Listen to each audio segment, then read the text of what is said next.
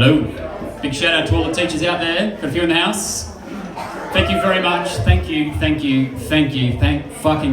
for being on the front line against ignorance. It was Aristotle who said those who know do, but those who understand teach. And that, it's beautiful, isn't it? Yeah. And that led to my other very favourite bumper sticker, which is if you think education is expensive, try ignorance. Which goes a long way to explain where flat earthers and anti-vaxxers come from. And I hope everyone's been enjoying the freedom rallies recently. Speaking of anti-vaxxers, we've had our own in Australia. It's called the Convoy to Canberra. Thousands of people turned up at Parliament House, to protest the vaccine rollout and the mask mandate and the travel bans, Like, got to a peak of like 10,000 people at one stage. 10,000 ignorant people all in one place. Such a wasted opportunity. But anyway, interestingly, that's the first time 10,000 people have visited Canberra and not one of them has gone to Questacon. Too much science in there for an anti-vaxxer. Just imagine all the people at Questacon going, 10,000. What the fuck? 10,000 are here. Shit. And then over at the march, you've got these kids going, Dad, can we go to Questacon? No, son, we're here to protest the mandate. Dad, what's a mandate? Well, I don't know, but it's shit and we don't fucking want it. Yeah, but Dad, here, hold this placard above your head, and if a camera comes near you, my body, my choice. But what I've enjoyed the most about their Convoy to Canberra is their Facebook posts, which I'm going to share with you now. And I just need someone to verify this actually is a Facebook post, so I'm just going to come out and say, can you... Sorry, I've scared you, haven't I? What about you? It just looks like a Facebook... Okay, rightio. I don't want to tell you lies or give you fake news or anything. So this first one says, everyone please be careful today. Yesterday a member of my resistance crew collapsed and had to be taken to hospital with what appeared to be a wasp sting. We just heard from his wife this morning and apparently he was hit in the neck with a blow dart containing Moderna. The scariest part is that literally hundreds of people yesterday were complaining about bee stings and wasp stings, yet no bees or wasps were seen. Just be careful out there, guys. So let's just assume this is true. That means that Department of Health officials had to be trained in ancient jungle hunting techniques. And be within blow dart distance, without being detected in suburban Canberra. I don't think that's happened, has it? And the other post, which is sort of my favourite, is, guys, I'm sorry to say, but I know a few remote contacts in various high places, tech, government, etc. And unfortunately, I'm becoming increasingly convinced that the high rates of sunburn reported over the weekend are something more serious. It was presented to me that the 5G towers surrounding Canberra were recalibrated to focus harmful wave energy over the general vicinity of our protest. If you were at our protest and now have sunburn, track the number of days you felt burnt. If it's longer than a few days, you've got 5G poisoning. And have grounds for a class action lawsuit. Yeah, that's right. So look, let's... Oh, hang on. Actually, I forgot about that. There's a comment at the bottom of that too. So Stu Mitchell says, a friend noticed 5G on his phone and noted he'd never seen that before. Thanks, Stu. Big impact. Let's just unpack that a bit, shall we? What is 5G? 5G is just a radio wave, funnily enough, just like 3G and 4G, just a slightly higher frequency, so it holds more data. What emits radio waves in our atmosphere? Thanks very much, great question. AM, FM radio, TV antennas, you've got weather radars, which we watch, and funnily enough, the Earth emits quite a few radio waves as well. What's the biggest emitter of radio waves? Fantastic, another great question, thanks very much. That would be the sun, which also causes sunburn. So I think we've nipped that in the bud, haven't we? Funnily enough. 5G is essentially just the best cellular communication technology we have at hand. It can create amazing capacity for us. We can do amazing things in our society, to better lives for everyone. Have we done that? Not quite, no. Now, all we seem to use 5G for is to share memes and quirky videos and send selfies and engage with influencer testimonials.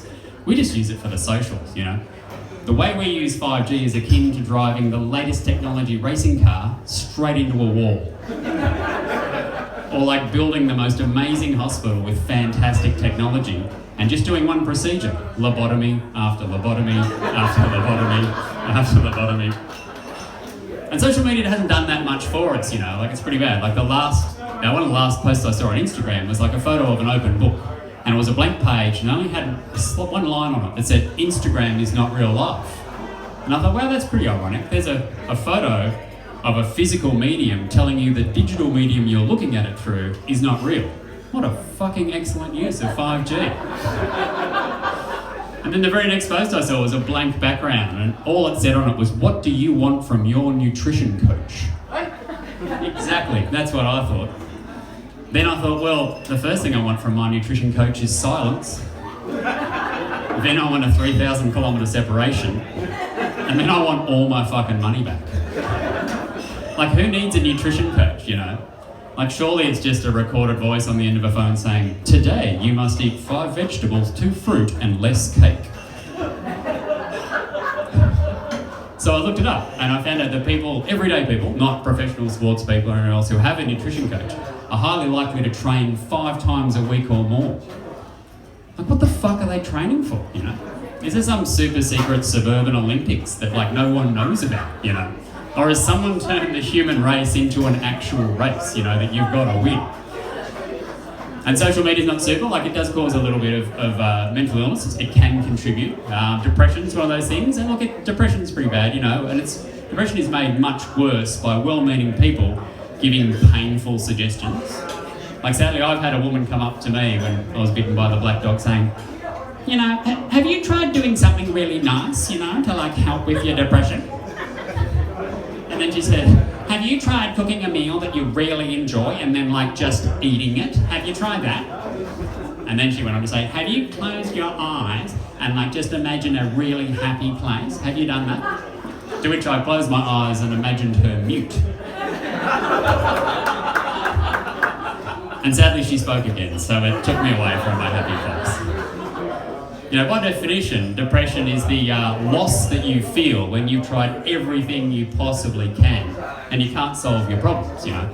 Asking a depressed person if they've tried doing something nice is like asking a type 1 diabetic if they've tried producing insulin. "Have you tried using your pancreas to produce insulin? You know, like I do, and I have no trouble with glucose at all."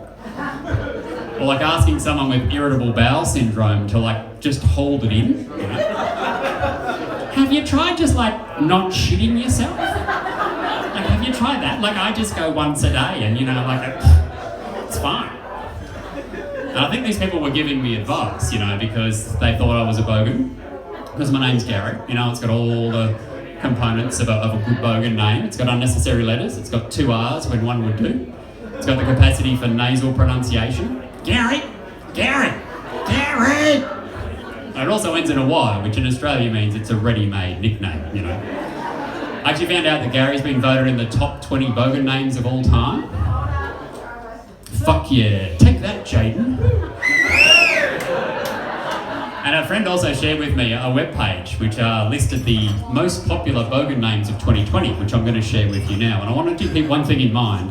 People named their children these names in 2020. So the list for a boy is Crash, Pistol, Axe, Dagger, Fish, and Legend. It's not a list of names, it's all the key components of a successful territory fishing trip. It is, isn't it? That's fantastic. I love teachers, you are so good. And the list for girls is Mattel, as in yes, the company that makes Barbie, Velveeta, Zachalyn, Shaniaqua, and my personal favourite, if you've got this one I'm going to be worried, my personal favourite, Vagina.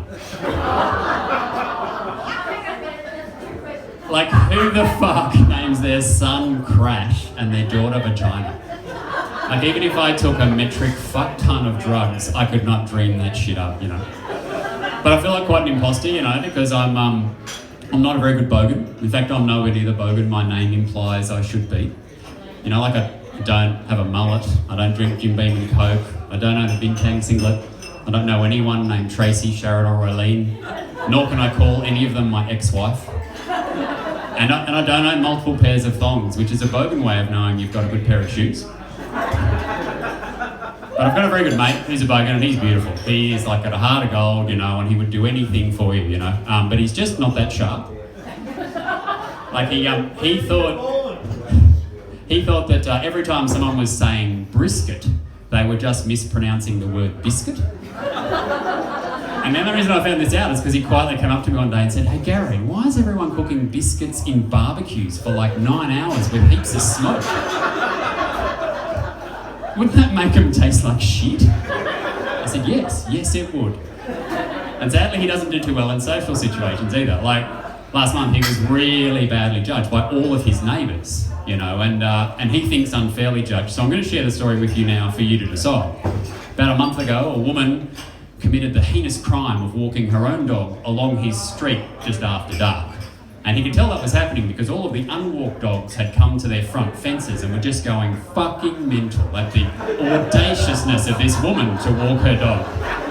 Oh yes, we've got some relatability here, great, yeah. Anyway, next thing you know, he hears one of his neighbour's gates burst open and the sound of a dog racing down towards this woman and her dog.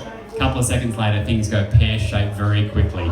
This full-on dog fight starts. There's yelping and snarling and barking and screaming. So he races down to see what he can do to help out.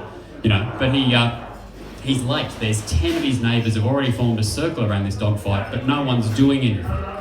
And so he thinks, well, I've got to do something, you know. I've got to take charge. So he takes $50 out of his wallet, he throws it on the ground and he starts cheering for the black dog.